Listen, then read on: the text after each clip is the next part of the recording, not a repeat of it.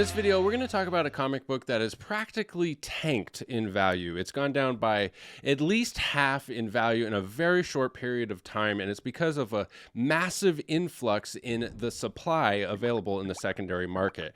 And I think it's just a warehouse find and a whole bunch of copies coming to market at once, but it presents an opportunity to talk about some really important and interesting points about supply and demand and comic book values, and it also presents some opportunities. But before we hop into it here, check out the amazing new inventory at brycecomics.com. We've got an X-Men 1. By the time you're watching this, another X-Men 1 will have posted. Flash 123 and an 8.0 with white pages available for trade. Green Lantern 7. Just some incredible opportunities. Mad 1 and a 7.5, not pressed or cleaned. It definitely has a chance to bump. I'm just not sure if it can go to an 8.0 or an 8.5. An 8.5 would be a really valuable bump. Tons of awesome signature series stuff and a whole bunch more stuff on the way. I am always buying if you're selling.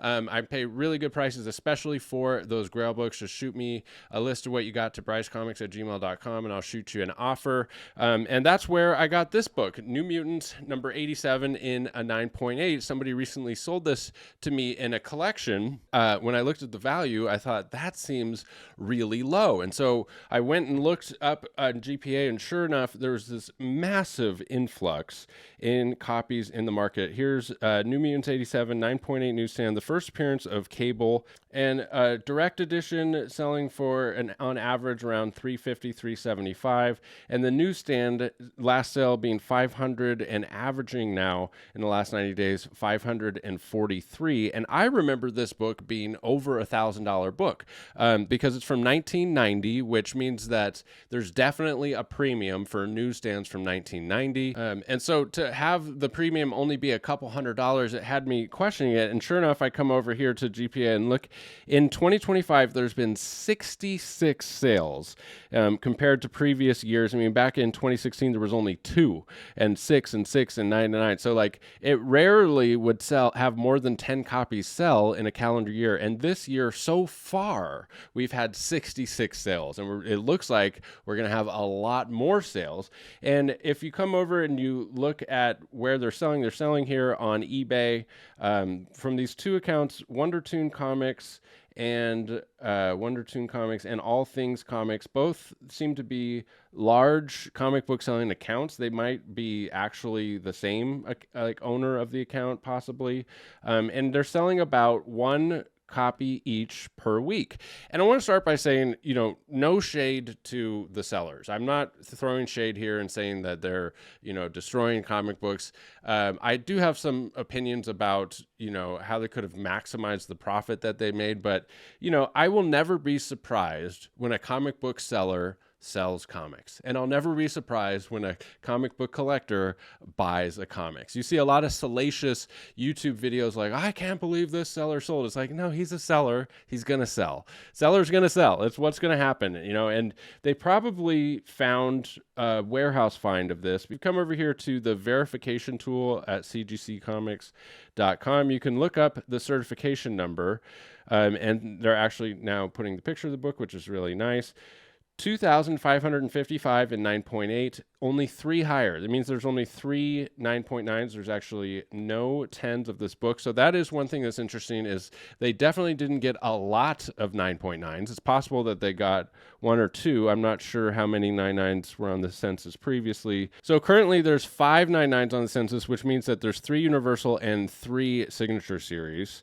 That'd be really cool to have a 9.9 signed copy of this, but all that compared to 2,976 total 9.8s on the census. And if you come over here to the cert lookup and you put in the cert number, this is from one of the recent sales from that eBay page. And the last 2 digits of the cert number are the submission number. So you can have up to 25 in a submission, and then it'll just go 01, 02, 03, 04. So you come over here and look at 01, and sure enough, it is a 9.8 newsstand. And if you look at 02, it's also a 9.8 newsstand. Every single book in this submission was New Mutants 87 9.8 newsstand. They all got 9.8 newsstands. And while I got you, we have 2 valuable giveaways this month here on the YouTube channel. If you subscribe, comment, and like this video, you are entered to win this slab. And if you head over to BryceComics.com and sign up for the newsletter, every single month you stay subscribed, you're entered to win a valuable slab. This month we're giving away that Bat 423 Classic Todd McFarlane. Back to the video. That just leads me to believe that there was a warehouse find. Maybe they found, a case of these, which probably had like 100 to 200 of them in the case.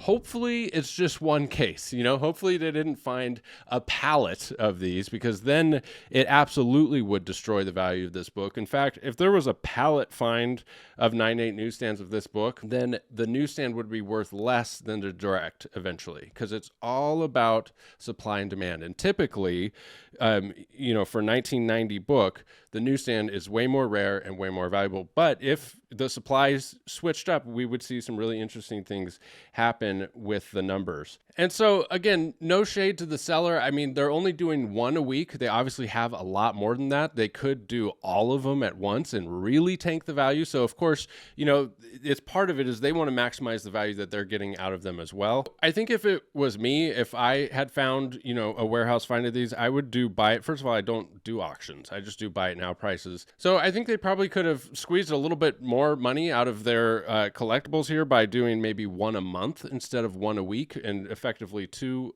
a month, because, I'm assuming there's a lot of assumptions here, and I'm assuming those 2 accounts are linked, but maybe they're not, and it doesn't even matter because I'm not throwing shade and I don't need to be right about this. I just think that it's presenting some interesting things to talk about, and maybe 1 a month would have been, they would have all sold for a little bit more, but you never know what position they're in financially. Maybe they needed the money. Maybe they're into these more than I think. Maybe it wasn't a warehouse find and they had to pay really good money for them, and they're trying to recoup that money back out. Who knows? We won't know unless they want to tell us, but I doubt if you reach out to them that they would give much information, because why should they? They don't owe anyone an explanation. They're free to sell their comics however they want. Good buy it now prices, and just be a little bit more patient, because if you look at the history of this book, I mean, it was consistently, even just last year, there was a high sale of 1,900, consistently over $1,000 book. I mean, here's one that there's probably something fishy or funky going on with this one.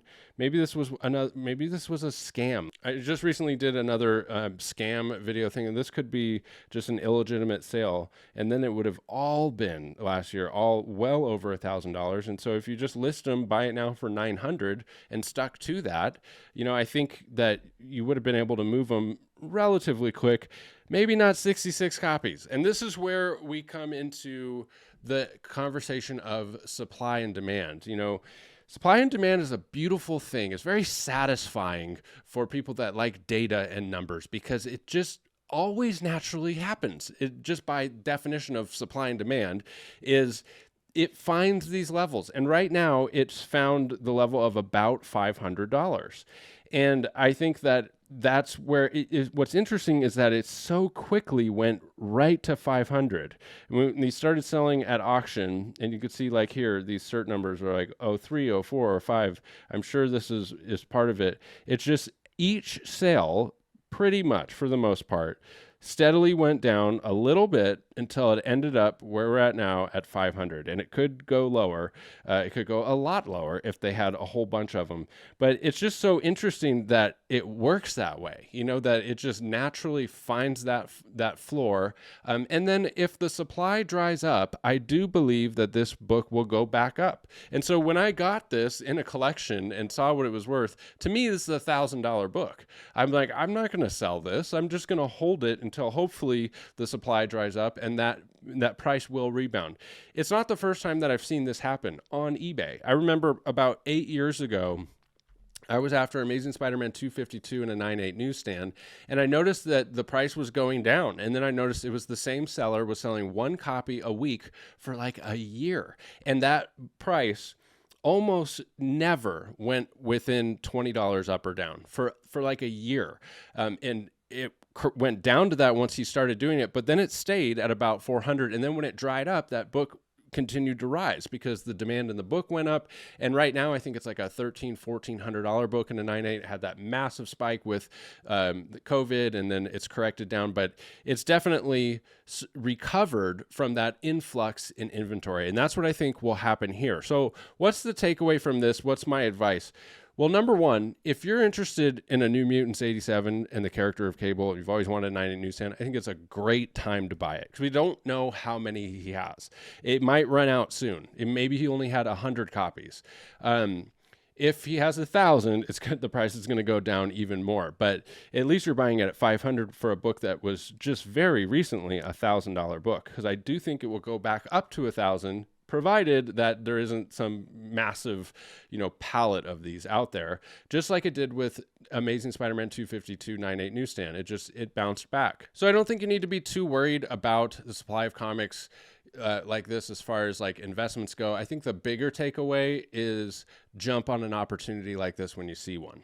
So what do you guys think? How many copies do you think were found? If the seller of these comics wants to chime in and say and tell us what you found, I mean, I think that would be very interesting. Of course, you don't have to, you don't owe us anything, but it would be cool if you could contribute to the conversation. It would be nice to know how many you got. I think, if you're honest and you're like, yeah, I got 100 and there's only a few left, I think it would actually bode well for you as a seller, because at a certain point you kind of do wonder, like, if this guy has 1,000 of these, like, I'm definitely not going to buy it now. So it would be kind of nice to know how many you got. Let me know your thoughts down below about supply and demand. If there's any data nerds in the chat that, can better explain this supply and demand thing and how things find their prices with comics.